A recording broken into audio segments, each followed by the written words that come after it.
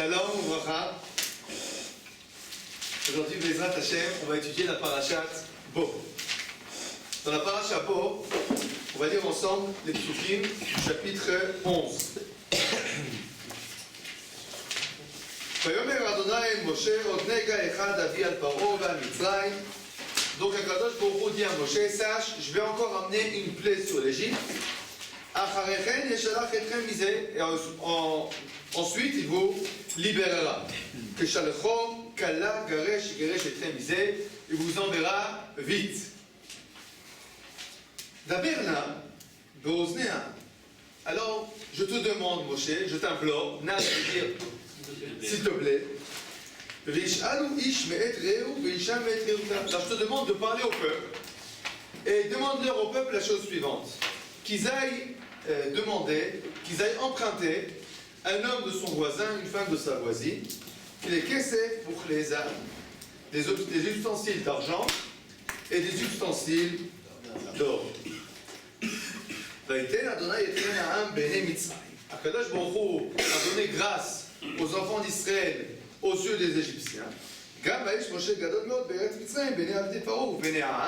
Et Moshe était quelqu'un de reconnu comme un grand homme aux yeux des Égyptiens et aux yeux du peuple.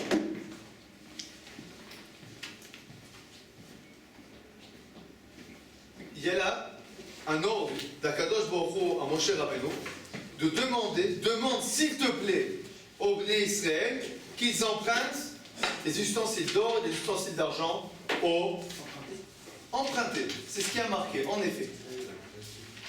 Emprunter, qu'ils empruntent des objets d'argent et des objets d'or. La question évidemment qui se pose, c'est quand je dis ils empruntent et il me dit emprunter, et la réponse est oui, emprunter. Mais pourquoi? Alors regardez ce que ça a engendré comme problème. Je lis avec vous une Gemara dans Sanhedrin Tzadik Aleph, Sanhedrin 91a. Alors la Gemara nous raconte une histoire à l'époque d'Alexandre le Grand.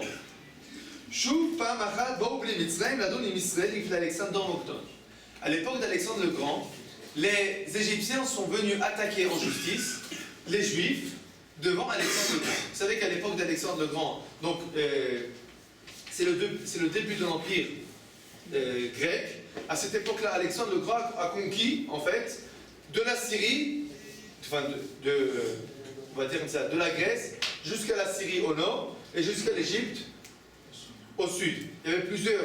Après la mort d'Alexandre le Grand, l'Empire s'est séparé entre ces différents généraux, et c'est là ensuite qu'on a l'histoire de Hanouka, des Maccabées. Mais à l'époque d'Alexandre le Grand était en très bon terme avec les Juifs. Et donc les Égyptiens ont saisi l'occasion, on va maintenant attaquer les Juifs, puisque nous et les Juifs, nous sommes dans le même royaume. Qu'est-ce qu'ils sont venus attaquer les Juifs? Amroulo, ils ont dit à Alexandre le Grand. Aréou Omer. Tu sais, Alexandre le Grand, dans leur Torah, dans le Pentateuque, dans le Sefer Shemot, il y a écrit la chose suivante. Vachem Natan et Trenam, Bene Mitzrayim, Vaishanu. Il y a écrit que les Juifs, ils ont emprunté des Égyptiens. Alors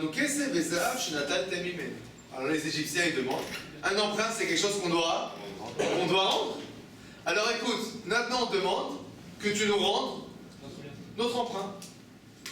Évidemment, ils ne se sont pas arrêtés là, ils ont demandé ici, comme ce qu'on appelle les ribit atzmada, les intérêts, et comme ça s'appelle les atzmada. Le co, comment on dit le co? Non, c'est garder la valeur de l'argent. Le cours. Le cours. Bon. Amar Gvia ben Psifas les Rachamim. Ben Psissa les Rachamim. Alors il y avait un sage qui s'appelait Gvia ben Psissa. Il a dit à nos sages, écoutez, laissez-moi, je vais leur répondre. Alors qu'est-ce qu'il leur a dit? La Toul Oreshut, Valar, Vedanibel. Je lis la ligne 5. Amar Alaï. Alors il a dit aux Égyptiens, mais d'où vous amenez une preuve? Amroulo min Torah. Alors ils font un grand sourire et ils disent de ta Torah. Donc t'as rien à dire. Amar len afani lo avi lachem raya el min Torah. Il dit bon, alors si vous acceptez le texte de la Torah comme un texte qui fait référence. Moi aussi, je vais vous amener une preuve de la Torah. Sheneema, Umosha, Ben Israël, Hashashvu, Mitzrayim, Shloshim Shana, Varbameot Shana. Il y a écrit dans la Torah, que vous amenez ici comme texte de référence et comme preuve, il y a écrit que les Juifs, ils ont travaillé là-bas 430 ans pour les Égyptiens. Nous, là, nous, ça va c'est Shishim Ribo. Alors maintenant, on va faire les décomptes. Nous avons travaillé 600 000 personnes pendant 430 ans, 18 heures par jour. Faites-le. On demande que ce sera un minimum, que le qu'on s'appelle. On demande le SMIC. On demande le SMIC. Mais pour 600 000 personnes, pendant 430 ans. Nous, on ne demande même pas les intérêts. C'est Shibatem, Mitzrayim, Shloshim Shana, Varbameot Shana. Amal, Alexander Mangdon. Alors, Zero Lotchova. Alors maintenant, Alexander Mangdon, il fait un visage très sérieux. Et il regarde les Égyptiens, il leur dit bon, qu'est-ce que vous avez à répondre? Il regarde évidemment tout de suite ses son comptable et puis on commence à faire les calculs. Nous, la 12 mains changent à mime. Alors les Égyptiens, ils commencent à avoir des choucottes et ils disent donnez-nous 3 jours pour réfléchir. La taille même ça. Il leur a donné du temps. Ils n'ont pas réussi à trouver de réponse. Bon, cette même année, tous les Égyptiens ils se sont enfuis et ils ont laissé leur champ avec avec les récoltes dedans. Et cette année, c'était une année de Shemitah. Donc les Juifs, ils ont eu quoi manger cette année. Bon, pourquoi je vous emmène ce texte? C'est une histoire, c'est joli pour commencer un cours. Aussi, mais à part ça, quand même. Bon, regardez ce qui s'est passé. Le fait qu'il a marqué emprunté, qu'est-ce que ça a prêté? Ça a prêté à confusion. Ouvda, que les preuves, les Égyptiens, après quelques centaines d'années, ils viennent et ils disent écoutez, ils ont emprunté, il faut rendre. Alors nous aussi, qu'est-ce qu'on doit se poser comme question? Pourquoi? Pourquoi quoi? Pourquoi un emprunt? Et pas quoi? Non. Vol. Non. Salaire. Salaire. Ils ont travaillé pendant 430 ans. 600 000 personnes, hommes, femmes et enfants, du matin au soir, demandent un salaire. Quand? Pendant le travail? Mais non, quand ils partent. Ils disent écoutez, on s'en va, payez-nous. C'était prendre pour pas prendre et emprunter. Bah oui, ils ont emprunté. Pourquoi ils n'ont pas demandé un salaire? Alors quand c'est qu'ils ont emprunté, on le verra plus tard, après, juste avant la maca de Bechorot, les Juifs ils sont partis emprunter. C'est vraiment emprunté, genre ils ont accepté tous les Égyptiens. Ils sont venus voir les Égyptiens. Écoute, les Égyptiens n'avaient pas tellement de choix. Après, tout ce qu'ils se sont pris dans la tête. Et quand le Juif lui dit écoute, tu viens prêter, il dit règle, prends ce que tu veux, hein. Va-t'en. Si on dit pareil, on peut dire par exemple aujourd'hui, si on met une balle sur la tête, on dit voilà, donne-moi ça, il va dire BK, c'est pas vraiment. Évidemment, on leur a mis une balle sur la tête, un revolver sur la tempe, et on a demandé quoi? Ben paye-moi monsieur, j'ai travaillé pendant 430 ans chez toi. C'est pas logique? C'est logique. Ça s'appelle pas hold up, ça s'appelle récupérer son dû. Oui. Alors je ne connais pas les lois de l'Égypte, mais je me doute que logiquement, en principe, un esclave, c'est pas lui qui fixe ses salaires, et qu'un esclave, en principe, il n'a pas de salaire. Évidemment, un esclave il n'a pas de salaire. C'est-à-dire que techniquement, ils n'ont rien à apprendre des Égyptiens, vu qu'ils étaient esclaves des Égyptiens, ils sont plus ici. Alors maintenant je te pose la question, regarde, Alexandre le Grand il a accepté. Pourquoi il a accepté? Parce qu'on n'était pas des esclaves. Ils se sont, comme ça s'appelle, ils nous ont asservis, pas dans les règles de l'esclavage, ils nous ont asservis malgré notre... Ils ont asservi, on va dire comment ça s'appelle, des citoyens. C'est encore pire, c'est-à-dire qu'on a accepté. Non, on n'a pas accepté, on s'est fait, comment ça s'appelle Douillé. Non, on va peut-être comme ça. Il ne faut pas accuser la victime. Si tu restes à rien faire, faut pas aussi accuser le coupable. Non, écoute, ce que tu es en train de dire, c'est important que tu écoutes ce que tu es en train de dire. Tu es en train de dire, quand quelqu'un, il est en train de se faire, comme ça s'appelle, il est en train de se faire, on va dire par exemple, on va dire, il est en train de se faire voler, et tu demandes, et alors il dit attrapez le voleur. Je récupère mon bien, tu dis pourquoi tu t'es laissé faire? Parce qu'il y a demandé à attraper le voleur, mais s'il qu'est-ce qu'ils sont venus demander maintenant? S'ils portent pas de plainte, il ne va rien se passer. Eh bien, ils ont porté plainte, ils sont venus récupérer leur argent. La question qu'on se pose, c'est exactement ça. Pourquoi, au lieu de demander on veut un salaire, On a travaillé, on veut un salaire. Pourquoi ils disent on veut un emprunt? C'est ça ce qui porte à conclusion. Pourquoi tu ne demandes pas ce qui te revient de droit? Pourquoi tu fais comme ça de façon pas claire? Top. Alors on aurait pu dire,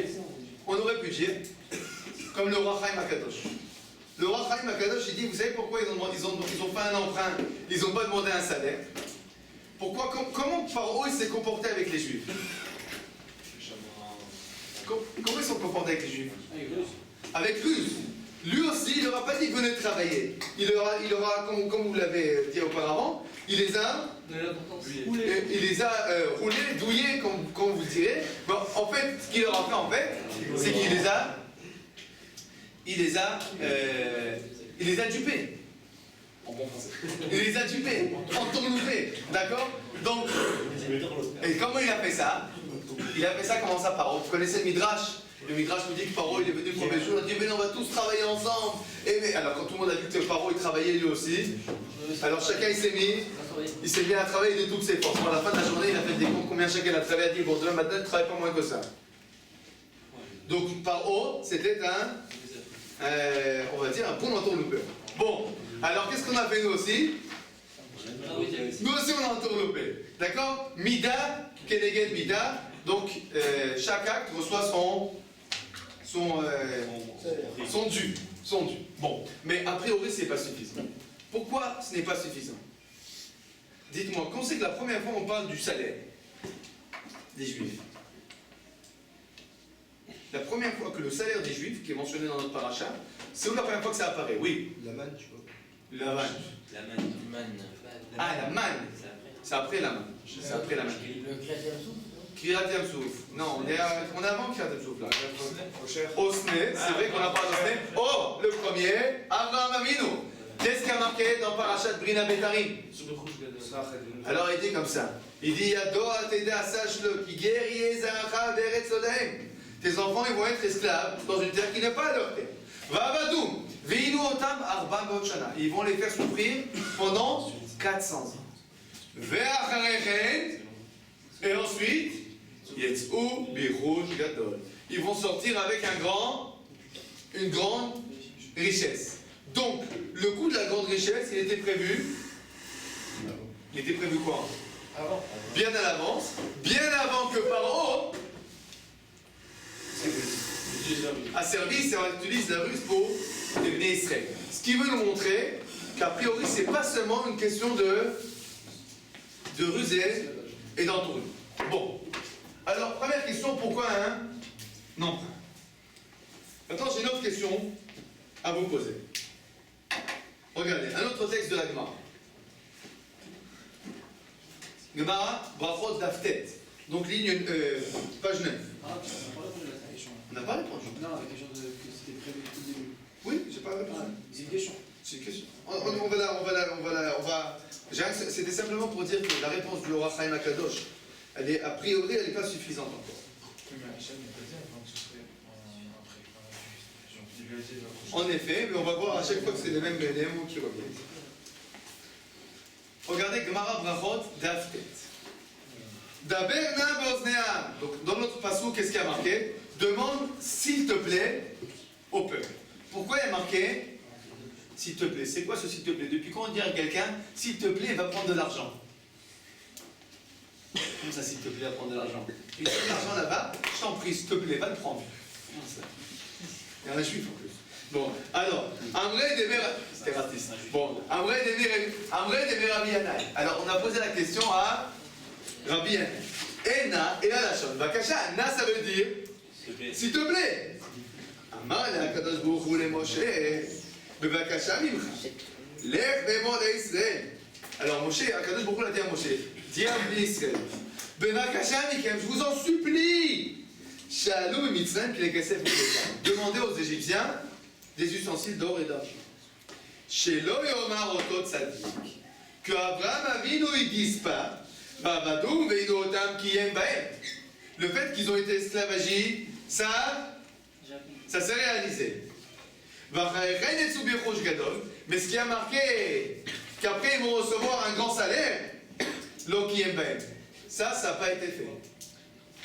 Donc qu'est-ce qui se passe en fait? Amroulo, quand Moshe Rabbeinu est venu voir les Juifs, il leur a dit, allez demander de l'argent aux Égyptiens. Ils lui ont dit, écoute, on veut ni argent ni rien, rien qu'on puisse, rien que nous on puisse sortir. Machal, Adam, Shalach Harouj, Bevet Asurim. À quoi ça ressemble? Un homme qui est en prison. On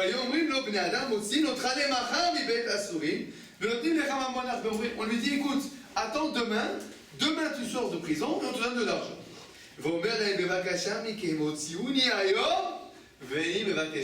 Sortez-moi aujourd'hui, je ne demande rien de plus. En gros, quand on dit à un juif, va prendre de l'argent, alors il va dire évidemment, merci beaucoup. Mais la question, elle n'est pas là. Il ne s'agit pas de quelqu'un qui est libre. C'est quelqu'un maintenant que ça fait 430 ans, il est en esclavage. Il souffre le martyre.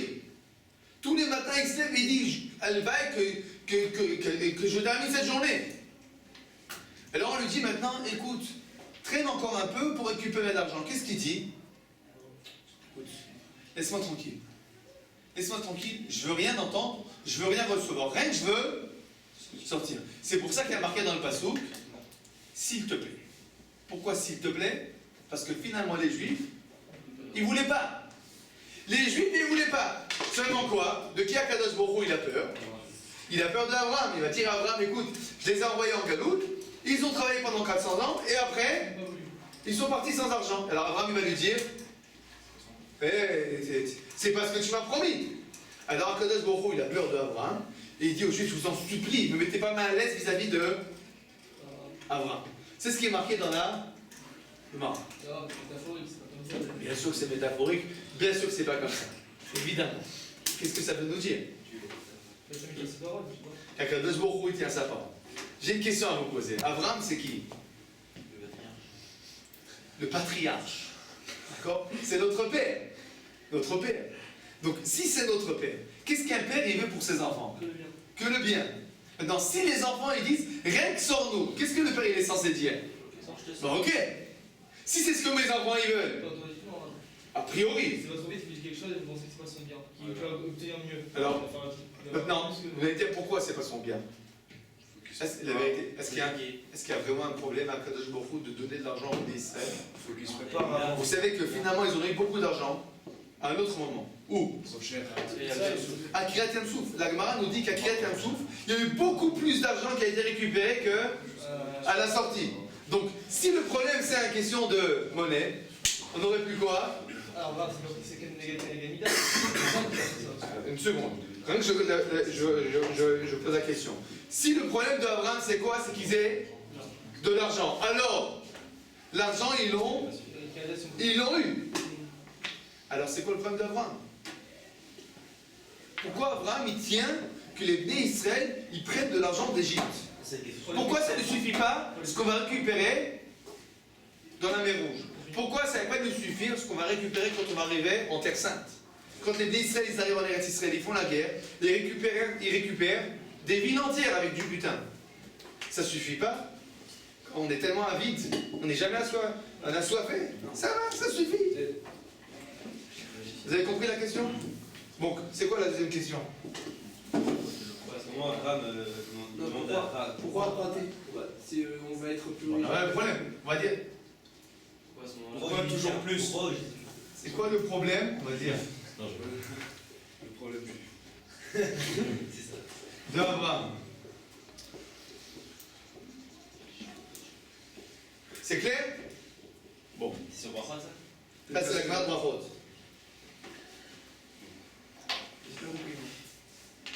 Moi, ce que je ne comprends pas, c'est pourquoi Abraham, ça va lui faire problème que ses enfants ne prennent pas de l'argent d'Égypte.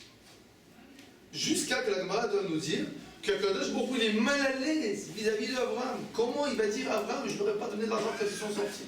Pourquoi Abraham reçoit un salaire? Ben oui. Parce que l'argent, c'est force de respect, peut-être. L'argent, d'accord, si c'est qu'un problème d'argent, comme on l'a dit, on peut s'arranger. Ce qu'ils ont pris du butin de la mer Rouge, c'était suffisant. On veut toujours plus. J'ai dit, on est assoiffé. Bon, mais quand même, Abraham, c'est pas un mot assoiffé. Donc, a priori, si Abraham Avinu, ça lui tient à cœur, c'est qu'il y a quelque chose de au-delà. C'est clair? Bon. Regardez un nouveau texte. Uminaï tselo nefshedou alashon hara. Vous savez quoi? Laissez trouver cette question. On va la mettre de côté. Quatrième question. Troisième question. Troisième question. Combien de fois on parle de ce butin? Alors, première fois, c'est où? Abraham. Deuxième fois. Deuxième fois. Alors, dites-moi quel passo?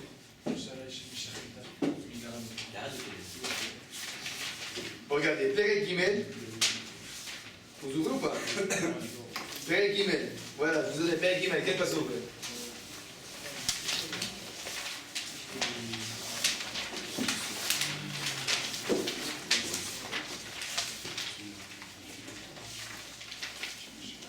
Non, c'est dans quel passo?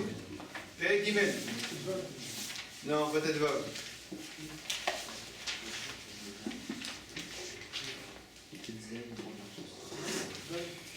Bon, allez, c'est vers la fin, vers la fin.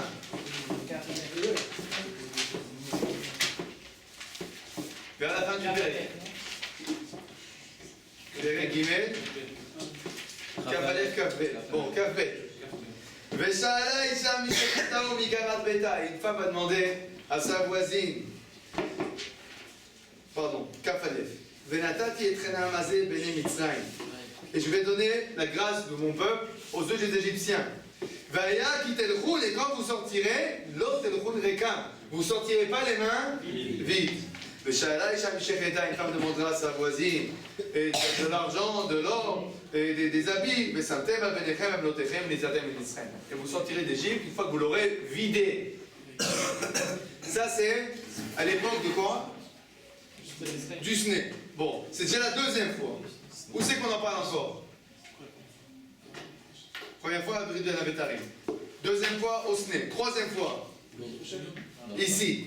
Bon. Quatrième fois. Regardez à la sortie. Bon. Perek Yudbet. Il y a beaucoup de psukim là, je ne vais pas vous donner à chercher. Perek Yudbet. Pasuk Lamedhe. Ouvnei Israël asuk idvar Moshe. Et les enfants d'Israël ont fait comme la parole de Moshe. Vaishalo Mitzrayim. Ils ont demandé aux Égyptiens. Klei kesef, uchlei zahav, usmanot. V'Hashem natan et trema. Akadosh Baruch Hu leur a donné la grâce, etc., etc. Conclusion. Combien de fois on en parle? 4 fois. 4 fois. Pourquoi 4 fois? Pourquoi pas 10? Pourquoi pas 5? Et pourquoi pas une? Pourquoi pas une? Une fois qu'on a dit une fois, on a compris. Alors on va dire 2 fois. Une fois l'ordre et une fois la réalisation. Mais on voit que quoi? À chaque fois qu'on parle de la sortie d'Égypte, on parle du butin. Quand Akadosh Baruch Hu il parle à Abraham de la sortie d'Égypte, il lui parle de quoi? Automatiquement du butin. Il parle à Moshe de la sortie d'Égypte, il lui parle de quoi? Du butin. On est dans la sortie d'Égypte, il dit prends le butin. Ils sortent d'Égypte, on dit et ils ont pris le butin. Alors a priori, la question qui doit se poser c'est pourquoi 4 fois? Très bien.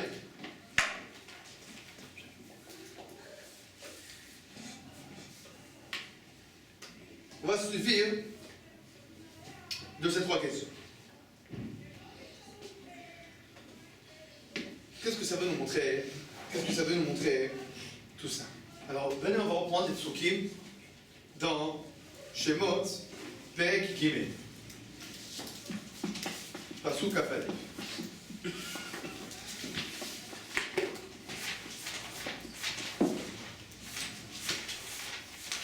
Quand on voit ces 3 questions, on se rend compte que, a priori, cette histoire du butin, c'est pas une histoire, c'est pas quelque chose de banal.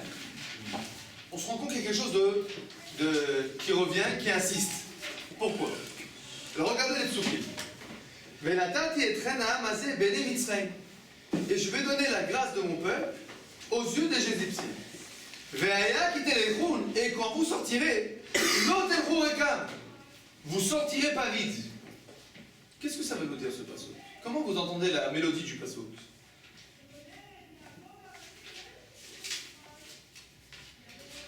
Oui. C'est dans le sens pas honteux. Pas C'est pas honteux dans quel sens tu veux dire par là? Qu'est-ce que tu veux dire? C'est-à-dire, ils sortiront pas par la petite porte. Ah, on ne sortira pas par la petite porte. C'est vrai aussi. Oui, on peut comprendre dans le sens que vous ne sortirez pas les mains vides. Mais quand je te dis que tu ne sortiras pas les mains vides, qu'est-ce que ça veut dire? Tu vas gagner quelque chose. Tu vas gagner quelque chose. Tu vas gagner quelque chose. Qu'est-ce que ça veut nous dire? Qui a un intérêt. Il y a un intérêt. Et pas seulement Matériel. pas matériel, pas seulement spirituel, pas seulement matériel. On va dire, écoutez, vous avez raison, tout ce que vous dites, c'est juste. Je pense qu'il y a quelque chose d'au-delà. On venait dire que vous sortirez, vous inquiétez pas, vous n'allez pas sortir les mains vides. À savoir, vous allez gagner quelque chose dans toute cette histoire. Maintenant, je vous pose la question. S'ils vont gagner que de l'argent, en tant que salaire, ils ont vraiment gagné quelque chose? Ils ont reçu un salaire, mais pas tellement plus que ça. Oui. Mais putain, tout cet or, etc., elle va servir au misbéar. Tout cet or, on ne va pas servir comme Isbert. Il va servir, on va dire comme ça, il va servir à construire le premier État juif. Même ça va servir au Vaudor aussi. C'est surtout le Mishkan. Ça va servir au Vaudor, mais écoute, le Vaudor c'était 3 juifs qui ont payé pour faire le Vaudor. C'est pas beaucoup d'or le Vaudor. C'est pas beaucoup d'or. Chacun était extrêmement riche. Tu te rends compte ce que ça veut dire vider un pays? Vider un pays. Oui. Est-ce que les 4 fois où les trésors ont été parlés, c'est contre les 4 Léchonot Géoula? Contre les 4, j'ai jamais pensé à ça. 4 fois contre les 4 Léchonot Géoula. Je sais pas. Peut-être. Peut-être. C'est un moyen. Peut-être. Bon. Ce que je pense qu'il y a quelque chose ici qui veut nous dire au-delà. La raison pour laquelle on est descendu en Égypte, c'était pour prendre le butin. Voilà ce que comment ça s'appelle? Comment ça s'appelle? Matana. Ouais, on va dire comme ça. Ouais. Je propose de comprendre que le but de la sortie d'Égypte et le but de l'aller en Égypte, c'est de récupérer l'argent. Et d'où je sais ça? Quand Akadosh Baruch Hu dit à Abraham Avinu, tout de suite il le prévient de quoi? Vous sortirez avec de l'argent. Pourquoi il doit lui dire ça? A priori, c'est pour lui dire que quoi? Sache, vous allez gagner quelque chose dans l'histoire. Et donc, ne conçois pas que ce qui va se passer, c'est seulement...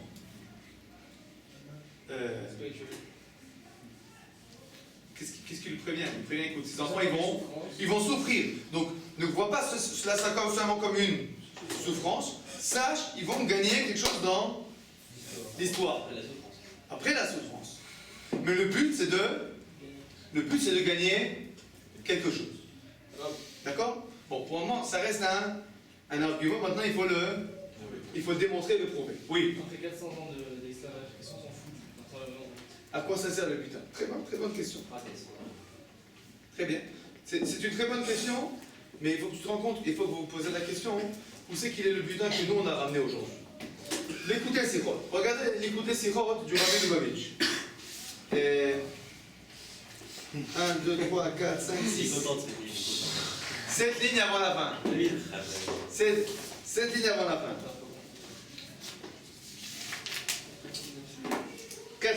6 lignes. Achaïnian. La ligne commence par un Lamed Yud. Vous voyez Lamed Yud? Bon, dans cette même ligne, Achaïnian. Achaïnianou. Alors, c'est quoi ce qui se passe ici? Nous dit le Rabbi Lubavitch. Shakadosh Baruch Hu Ramaz Bekefel Enen Abraham Avinu. Ha'av Kain Veranit. Bon, c'est en yiddish. Ça veut dire il est très très gentil. Bon. Al Titiare. N'aie pas peur. Masheger Yezaracha. Que tes enfants, ils vont être en exil. Ouh. L'olem. Alors, le pasteur qui dit Kiger Yezaracha. Be'eretz lo lahem. Alors, le rabbi dit comme ça. Ki ger yezaracha be'eretz. Point. Lo lahem. C'est quoi lo lahem? C'est pas pour eux. C'est pas pour eux, quoi. En ze bishvilam le marek chataim. C'est pas pour eux qui puissent expier leurs fautes. Ki im bishvil levarer hanitzotzot b'Mitzrayim. Et là, c'est pour récupérer les étincelles spirituelles de l'Égypte. Et c'est ce qui est marqué dans le Passouk. Et ils vont les faire travailler, ils vont souffrir. Et ensuite, ils vont sortir avec une grande richesse. C'est quoi cette grande richesse? Les nitzotzot. Apprenez le mot, en vérité, les étincelles spirituelles, ça ne veut rien dire. Même en hébreu, c'est déjà compliqué comme notion. Alors en français, ça devient insipide. Alors, le mot c'est nitzotzot. Qu'est-ce qu'il dit le rabbi? Ils vont partir en Égypte et ils vont sortir avec une grande chose extraordinaire. C'est quoi cette grande chose? Les nitzotzot. C'est quoi ces nitzotzot? C'est quoi ces étincelles? Qu'est-ce que vous nous dire de rabbi? Oui. Parce que les Égyptiens ils ont utilisé cet or dans la Touma et nous on va l'élever en l'utilisant dans la Doucha. Donc, on va l'élever dans la Doucha. Très bien. Mais tu as raison, 100%. Ce que je voudrais comprendre, c'est un peu plus la notion générale de nitzotzot. C'est quoi le nitzotzot? Quand tu dis qu'il y a des nitzotzot de Doucha, il y a des étincelles de spiritualité chez les goïs. Qu'est-ce que ça veut nous dire? Ça veut dire qu'il y a des choses bien. C'est quoi ces choses bien? Regardez. Chaque peuple, chaque peuple, non, pas pour ça. Chaque peuple, Sale juif. j'ai filmé, hein, faites attention. Bon, chaque peuple a des caractères, a des vertus qui lui sont propres. Par exemple, on va prendre les Allemands. Est-ce qu'ils ont une vertu qui leur est propre? L'ordre. L'ordre. Ils sont ordonnés. Tu peux prendre des juifs allemands, quand la tefila c'est à 8h, alors tu les vois à 5h59, ils sont tous en ébullition. Ils regardent tous le Chazal avec des yeux comme ça perçants, et déclare, comment ça s'appelle? Décligue, tout de suite. Tu arrives là 2 minutes en retard, tu es en retard, tout le monde te regarde, d'où il vient celui-là. Bon, ça c'est les Allemands. Ils sont très à l'heure, d'accord? Les Anglais. Ils ont des bonnes vertus? Ils sont raffinés, d'accord. Ils ont la classe, d'accord. On va dire les Arabes. L'hospitalité. L'hospitalité, la chaleur. Quel ça vous parle? La chaleur. La chaleur, d'accord. Les Français. le fromage. On va dire la politesse. Merci monsieur, merci madame. Les Suisses. Comme quand tu dis que tu vas acheter une baguette en France, mon grand-père me disait comme ça, quand tu vas acheter une baguette en France, on t'a dit 4 fois merci et 5 fois s'il vous plaît. D'accord? Et tout ça pourquoi? Pour 2 francs. Bon, alors, la politesse. D'accord? La politesse. Donc chaque peuple, si tu regardes en fait dans chacun des peuples, chaque peuple il a une vertu qui lui est propre et qui est une caractéristique, on va dire, noble de ce peuple. Alors c'est quoi les Likut Nitzotzot? C'est quoi les Nitzotzot? C'est en fait quand on va dans les peuples, alors inévitablement, vous êtes tous venus de France ici, et bien vous êtes tous, on va dire Yachassit, relativement polis. Oui ou non? Oui, relativement, vous êtes polis. Les Juifs qui viennent d'Allemagne, relativement, ils sont à l'heure. Ils sont ordonnés. Bon, des fois, il y a des erreurs dans les deux sens, mais finalement, chacun est capable de recevoir les nitzotzot. C'est-à-dire que quand on va dans un pays, et que dans ce pays-là, on va vivre un certain temps, qu'est-ce qui va se passer? On va récupérer de ce pays des bons côtés. Comment ça s'appelle ces bons côtés? Nitzotzot d'Ikdusha. Les vertus, les étincelles de spiritualité qui se trouvent dans chaque pays. On prend aussi le mauvais côté. Une seconde, très bonne question. Une seconde. Alors, la première vertu qu'on avait besoin en tant que peuple, c'est quoi? La richesse. La richesse. En effet. La première vertu qu'on avait besoin en tant que peuple, c'était de savoir organiser une économie. D'où c'est qu'on apprend ça? d'Égypte. Vous vous rendez compte ce qu'il y a marqué dans le passouk? Il y a écrit « Et chacune demandera à sa voisine de l'or et de l'argent ». Qu'est-ce que ça veut nous dire? Sur l'Égyptien moyen. Il a de l'or et de l'argent. C'est-à-dire que chaque femme elle demande à sa voisine de l'or et de l'argent. C'est-à-dire que là, si je tape à toutes les maisons de Kocham Yaakov, tout le monde a de l'or et de l'argent? Oui, pas du tout. Mais en Égypte, chaque voisine, elle frappe à la voisine, elle a de l'or et de l'argent. Ça veut dire quoi? Ça veut dire que, évidemment, l'Égypte c'était la première puissance mondiale. Ce qu'on a appris de l'Égypte, c'est à quoi? À être une économie. Et donc, ce qu'on a récupéré de l'Égypte, c'est d'abord quoi? Le nitzot de Doucha de l'Égypte. C'est quoi le nitzot, ce qu'on avait besoin de l'Égypte? C'est apprendre le lien à développer une économie. Oui. Mais l'économie d'Égypte, elle a été développée grâce à Yosef, donc on l'avait en nous cette économie déjà. C'est une très bonne question. Cette économie d'Égypte a été venue à l'origine de Yosef, mais finalement elle ne s'est développée qu'en Égypte et pas autre part. Ça veut dire que l'Égypte était le terrain propice au développement de cette vertu. D'accord? Donc aujourd'hui, nous, quand les Juifs ils sortent d'Égypte, ils ont pris cette vertu de qui? Des Égyptiens. Alors maintenant qu'on comprend ça, je vous pose la question. Pourquoi on a emprunté et on n'a pas pris? Quelle différence si j'emprunte ou si je prends quelque chose? Quelle différence si j'emprunte quelque chose ou si on me le donne? Oh, oui. Parce qu'à la fin, on sera hors la bouille, mais en fait, toutes les vertus qu'on a apprises, on faudra les renseigner. Il y a fait mode, très bonne réponse. Je vous avais dit deux réponses extraordinaires. Première réponse, il dit pour savoir. Quelque chose qu'on emprunte, c'est quelque chose qui reste au nom de qui? Celui qu'on a pris. De celui qu'on a pris. Si j'emprunte un vélo à mon ami, le vélo à qui il appartient? À lui. Tout ce que j'ai moi, c'est le droit de l'utiliser. Donc, quand on a pris d'Égypte, l'argent d'Égypte, cet argent, comment il s'appelle? Argent d'Égypte. À tel point que quelques centaines d'années après, ils viennent et ils disent hey, cet argent-là, il est à nous. Mais nous, pourquoi on a pris cet argent d'Égypte? Pour savoir de quoi? Pour savoir quoi? Pour savoir quoi? Qu'il n'est pas à nous. Et donc pour savoir d'où il provient. Quel sens? Pourquoi c'est important qu'on sache d'où provient cet argent? Pourquoi l'argent qui n'a pas d'odeur, chez nous, il doit avoir une odeur? Pour remercier chaque fois Dieu. Pourquoi? Alors, première réponse, ce que tu lui as dit, pour savoir qu'il faut le redonner. Très bien. Mais avant cela, je pense qu'il y a une autre raison. Pourquoi c'est important que les Juifs allemands, ils sachent que le fait qu'il est, comment ça s'appelle, qu'il est pointilleux, ça lui vient d'Allemagne.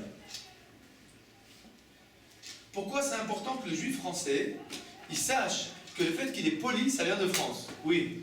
C'est que, par exemple, en Égypte, c'était là où il y avait le plus de Touma, et en gros, le fait de voir qu'ils peuvent nous apporter quelque chose, et ben, ça va former dans notre esprit le fait que dans chacune des personnes qui a l'air complètement éloignées, il y a quand même une petite étincelle qu'on... C'est pour nous dire d'abord quelque chose de positif chez chacun. En effet, c'est ce qu'on vient de dire. Il y a les nitzot de chacun. Pourquoi c'est important pour nous de le savoir? À part ça, tu as raison. Première chose pour savoir quelque chose de positif dans le monde entier et chacune des nations. Très bien. Oui. De pouvoir faire un tri. De pouvoir faire un tri. De pouvoir trier ce qui vient de chez nous, c'est-à-dire les valeurs juives et les valeurs qu'on a peut-être besoin mais qui ne sont pas forcément des valeurs... Pourquoi c'est important de faire ce tri? Parce que nous on est plutôt liés à la Gdoucha. Généralement le peuple d'Israël est lié à la Gdoucha. Donc il doit savoir que son essentiel justement c'est ça, c'est ce rapprochement de Dieu. Mais on a quand même besoin des autres valeurs que les autres peuples ont pour pouvoir mener une économie. Pourquoi il faut trier? Tu as raison, je suis 100% d'accord. C'est important de savoir ce qui est à nous, ce qui n'est pas à nous. Et il est important de faire un tri. Dans quel sens? Parce que pour que quand on sort d'Égypte, on se rappelle d'où on vient de base. D'où on vient. Donc ça va le nom de l'Égypte. Dites-moi, si un juif, on va dire allemand, il est super pointilleux, mais vraiment super pointilleux, est-ce que c'est positif? En fait, chaque médaille est neutre en soi. Et à nous de la prendre du bon côté. Oh, ça veut dire que quoi? C'est pour ça qu'on s'appelle. Quand tu vas trouver une vertu, d'accord? Une vertu, à chaque fois, en général, elle est double tranchant. Tu peux être poli, pour de vrai, et tu peux être poli, hypocrite. D'accord? Tu peux être trop poli aussi. D'accord? Tu peux être trop poli. Tu peux être pointilleux et rigoureux, et tu peux devenir à tel point rigoureux que tu laisses personne en vie. Parce que tu as besoin de ton espace vital, etc.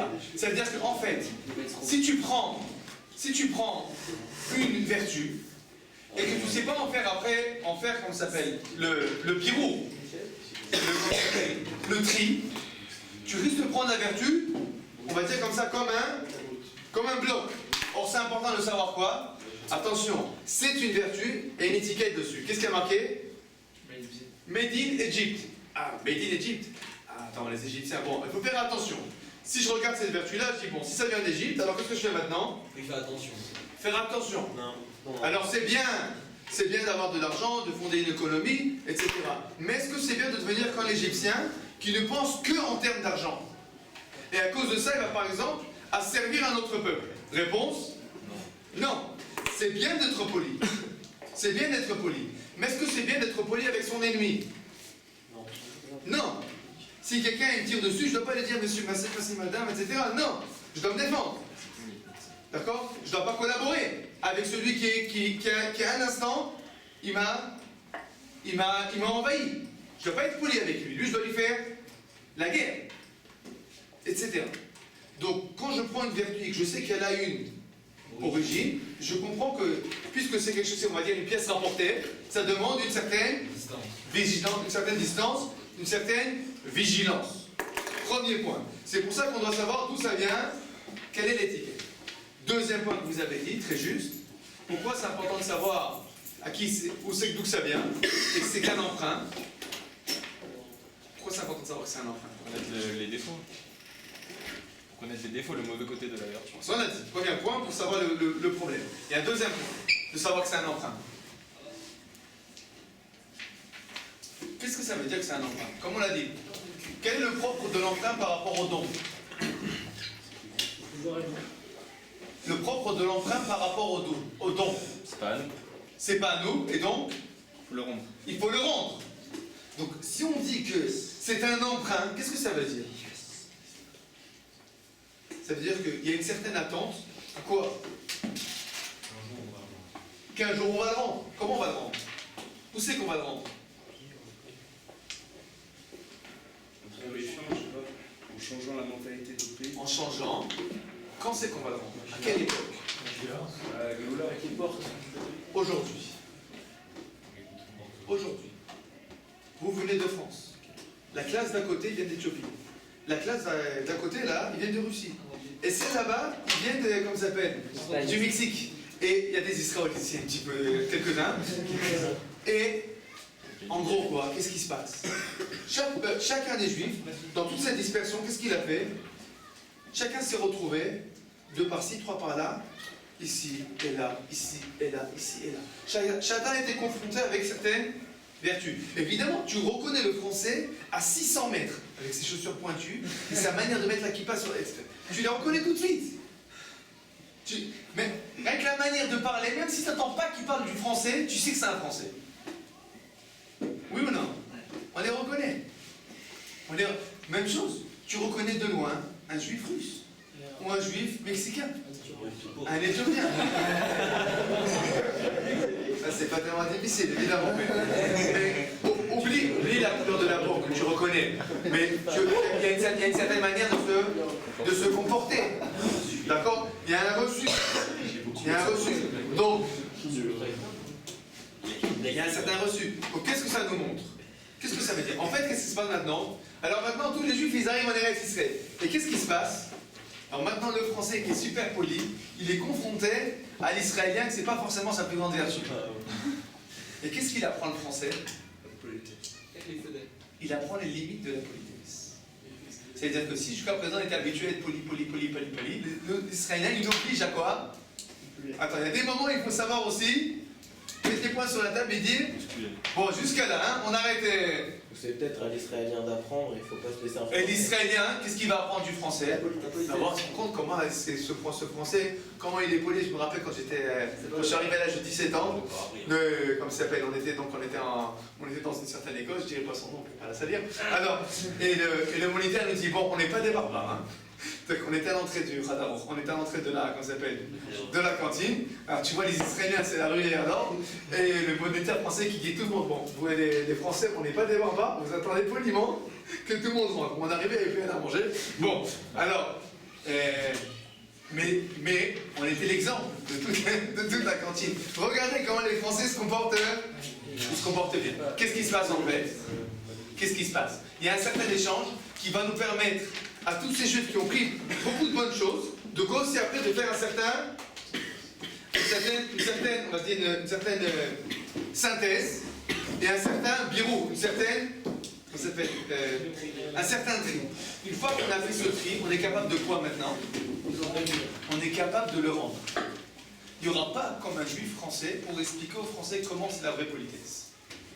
Il n'y aura pas comme un juif allemand pour expliquer à l'allemand comment c'est important d'être rigoureux et dans quel domaine c'est important d'être rigoureux et dans quel domaine c'est très grave d'être rigoureux.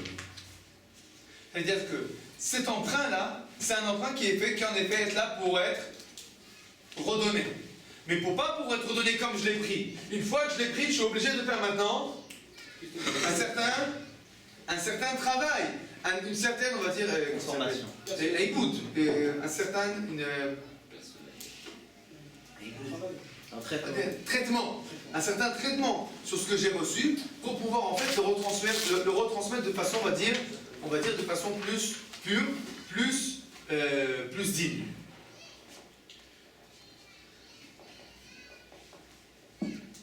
Maintenant, je vous pose la question. Une fois qu'on a compris ça, on a compris pourquoi c'est un emprunt. Il faut que le nom reste. Pourquoi Avraham Avinu, il tient à ça? Pourquoi c'est Avraham qui tient à ça, Parce que ses enfants ils perdent du temps en Égypte et qu'ils allaient. Alors, premièrement, il perd du temps et il dit quoi en fait? Si déjà il perd du temps, j'attends qu'il sorte avec quelque chose. Mais pourquoi Avraham spécifiquement? C'est le père des nations. Avraham, c'est qui? C'est le père des nations. Avamon Goïm. Alors il dit Avraham que mes enfants à moi ils souffrent, je suis d'accord. Mais pourquoi? Si c'est pour amener un certain message à qui? À l'ensemble de l'humanité. Je suis prêt que mon peuple y souffre, mais pas pour rien. Si après cela, ils vont attraper quelque chose, ils vont pouvoir le redonner, le retransmettre, alors dans ce cas-là, ça vaut quelque chose. Non, c'est important de comprendre ça parce que ça veut dire regarder quelque chose de très important. Est-ce qu'on peut se permettre aujourd'hui d'effacer notre passé français?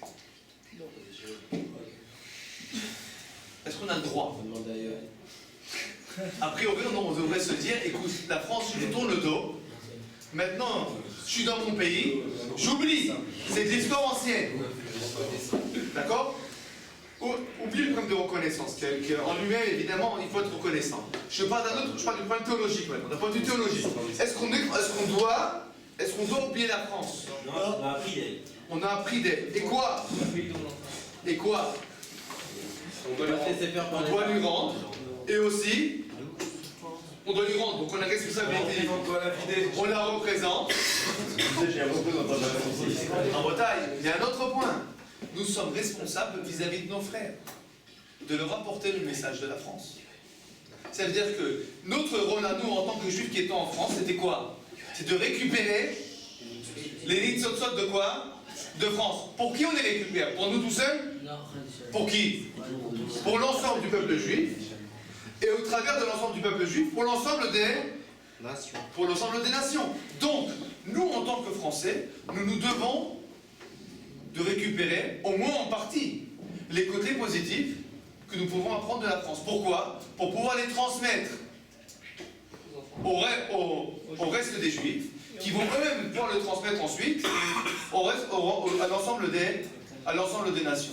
Maintenant, si on comprend ça, on comprend que celui en fait qui va dire j'étais 2000 ans en France, pas 2000 ans, je me l'étais renvoyé plusieurs fois, mais on va dire comme ça. Oui, jusqu'à la Révolution française, les Juifs n'avaient pas le droit d'être en France. Donc, 1791. D'accord? Alors, non, 1789, c'est la Révolution. 1791, c'est le décret d'abolition, c'est le fait que les Juifs aient reçu le droit d'émancipation. D'accord? Jusqu'à cette époque-là, les Juifs étaient interdits de séjour en France par décret de Louis IX. D'accord? Saint-Louis. Celui qui est dénommé Saint-Louis. C'était pas du tout un saint. Bon, alors. Pourquoi il nous a interdit d'entrer en France, lui? Hein? Pourquoi il nous a interdit d'entrer en France? Les Juifs, parce qu'on était juifs. Oui, mais. C'est quoi contre les Juifs? C'est tellement évident. C'est tellement évident. D'abord, ils nous ont vidés et après, ils nous ont envoyés. Bon. Parce qu'ils voulaient pas. Bon, ouais, c'est pas un cours d'histoire maintenant. Ils voulaient pas qu'on prenne son argent. Non, non, c'est pas pour ça. Parce qu'il a vu ça. Il a vu qu'on- Où c'est qu'on en est? Donc on était en France, disons les 300 dernières années, les 200 dernières années. D'accord? On y a souffert d'une manière ou d'une autre. D'accord, en France, pas tellement. Mais on va dire que les Juifs qui étaient dans toute la diaspora ont souffert d'une manière ou d'une autre. Dans tous les pays où ils étaient. Maintenant, si on revient en Israël, ils disent je fais une croix sur mon passé. Qu'est-ce qui s'est passé? Ça a servi à rien. Ça a servi à rien. Ce qu'on vient d'expliquer là, c'est que la galoute, le fait qu'on était en exil, c'est pas seulement une punition. L'exil, c'est aussi pourquoi? Pour apprendre. Alors si je reviens d'exil et je dis, ce que j'ai l'exil, je mets une croix dessus. Alors qu'est-ce qui s'est passé sur mon exil? Finalement, on a souffert pour rien. Alors que si je reviens et j'ai dit, ce que j'ai appris de positif, je le garde, je le transmets, je le travaille, je veux le retransmettre à l'autre. Alors, cet exil qui a été une souffrance, il a aussi été bénéfique. Qu'est-ce qui nous dit le Passouk? Ve'aya ki tetseu, lo tetseu requin. Quand vous allez sortir d'Égypte, vous n'allez pas sortir vite. C'est pas une souffrance pour rien. Il faut apprendre quelque chose de ça. Et donc la Torah, quand elle va nous parler du butin, combien de fois elle va nous rappeler? 4 fois. 4 fois. Pourquoi? Parce que finalement, si tu vois l'exil, rien qu'un exil, rien qu'on souffre, alors tu te dis, ripono chez le lame, pourquoi tant de souffrance? Pourquoi ça? Si au moins nous savons que par cette souffrance nous apprenons, alors la souffrance, on va dire, elle est au pénible, mais elle devient supportable, elle devient avec un sens. On peut comprendre finalement que cette histoire-là a un sens. Je pense qu'il y a aussi un point important, oui. Peut-être aussi parce qu'il y a 4 butins, parce qu'il y a 4 exils, donc il y a 4 fois qu'on doit ramener. En effet, tu as raison, il y a 4 butins, 4 exils, très joli. De façon générale, tu viens de soulever une question, tu vas te rendre compte ou en te rendant compte. Vous savez que l'exil d'Égypte, c'est le prototype de l'exil. C'est-à-dire que, je ne sais pas si vous vous rendez compte, on a parlé de l'exil d'Égypte, et finalement on en a parlé maintenant de ce qui se passe maintenant avec nous aujourd'hui. Pourquoi? C'est l'Égypte. Mais en fait, c'est un principe de base. L'exil d'Égypte, c'est le premier exil. C'est donc le prototype de l'exil. Quand on voit dans son prototype de l'exil, c'est que immédiatement, quand Akadosh nous parle d'exil, il parle tout de suite de quoi? Du butin qu'on va récupérer. Alors, comme on a dit, c'est important de savoir ça pour savoir quel est notre rôle. C'est aussi important de savoir ça pour savoir apprécier la différence. Ça veut dire que quoi? Encore une fois, notre chef français qui est à l'entrée du réfectoire, il voit l'Israélien qui court aller manger maintenant. Il est en train de se dire dans son cœur, c'est quoi ce barbare, sauvage, sale juif, ce que tu veux. D'accord? Bon. Est-ce que c'est la réaction à adopter? Non. Pourquoi c'est pas la réaction à adopter? Parce que finalement, c'est vrai qu'il a un certain petit défaut. Moi aussi j'ai des défauts. Mais finalement, quel est notre but? De leur apprendre mon côté positif. Et quoi? Et d'apprendre de son côté positif aussi. Ça veut dire que quand on comprend que finalement, ce retour de l'exil, on va dire de façon intrinsèque, il va y avoir des différences. Parce que le but de l'exil et le but de la dispersion, c'était que chacun apprenne des points spécifiques. Alors c'est évident que quand on va se rassembler, qu'est-ce qu'il va y avoir? Il va y avoir des disparates. Chacun il a son point spécifique. Et chacun son petit défaut et sa bonne qualité. Et donc c'est important de savoir quoi? Apprécier. Alors quand je vois maintenant l'Israélien qui court, je me dis, regarde, il est quand même... Hein? Il court vite. D'accord. Par exemple, il court vite. On va dire par exemple, si on prend le problème de la politesse hypocrite. Tu peux voir déjà des fois des gens malheureusement que ça arrive dans certains pays qu'on peut tuer quelqu'un dans la rue et personne va Va bouger, va réagir. Bon, un Israélien, si tu prends ton gosse, tu rentres dans l'autobus et qu'il n'a pas une cagoule, la moitié de l'autobus il va te dire, mais dis-moi, mets la cagoule à ton gosse. Je te dis, mais avec un peu de politesse, c'est mon enfant. Mais de l'autre côté, cette même, on va dire, réaction, ce même activisme, si malheureusement quelqu'un va essayer d'embêter un enfant, ou d'embêter une femme, ou d'embêter... Alors qu'est-ce qui va se passer? Tout de suite, tu vas voir la moitié de l'autobus, tu vas dire, hey, dis-moi, pourquoi tu lui parles comme ça? Ça veut dire que tu vois que cette empathie ou cette... Sans gêne. Ça se traduit par empathie. Non, pas sans geste, pas sans geste, je pense. C'est faire l'attention. Cette... Ça se traduit par empathie ou cette considération, voilà.